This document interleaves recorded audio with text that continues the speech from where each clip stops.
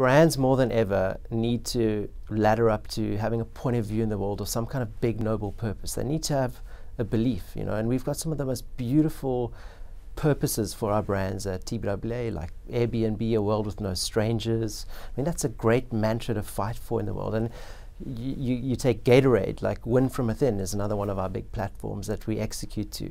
If you know what your brand purpose is, then you can work out story arcs or narratives of brands over time.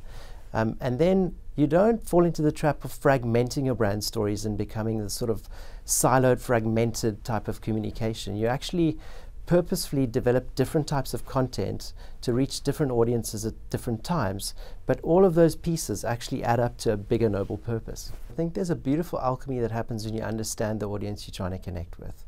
And it's much easier as a creative when you're in a team or in a group working with a purpose and an audience in mind.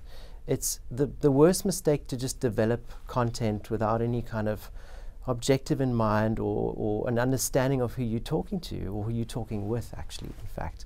So it really helps to understand through social listening, what are the emotionally charged triggers out there? What are the newest things happening in the news? What's the calendar of the year that actually is important to intervene in? And depending on the brand or the offering that you have, if you can show up at the right times to the right audiences with the right kind of story that actually engages them and adds value to their life, it's so much more meaningful to people than if you just put stuff out there and hope for the best. I think it's the most thrilling, exciting time to be in this industry. I think it's transforming quicker than anybody could have imagined.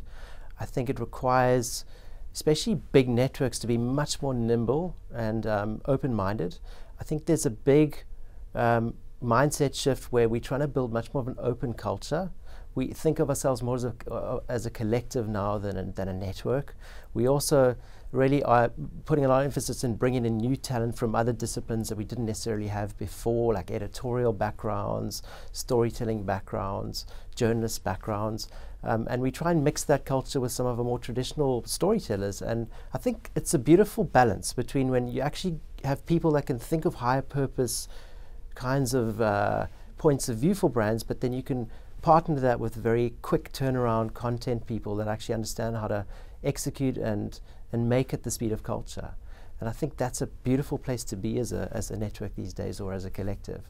And if you get that right, I think there's so many more opportunities to connect and actually do something that can make a dent in the universe or change the world for the better. So I think it's a great time to be in this industry.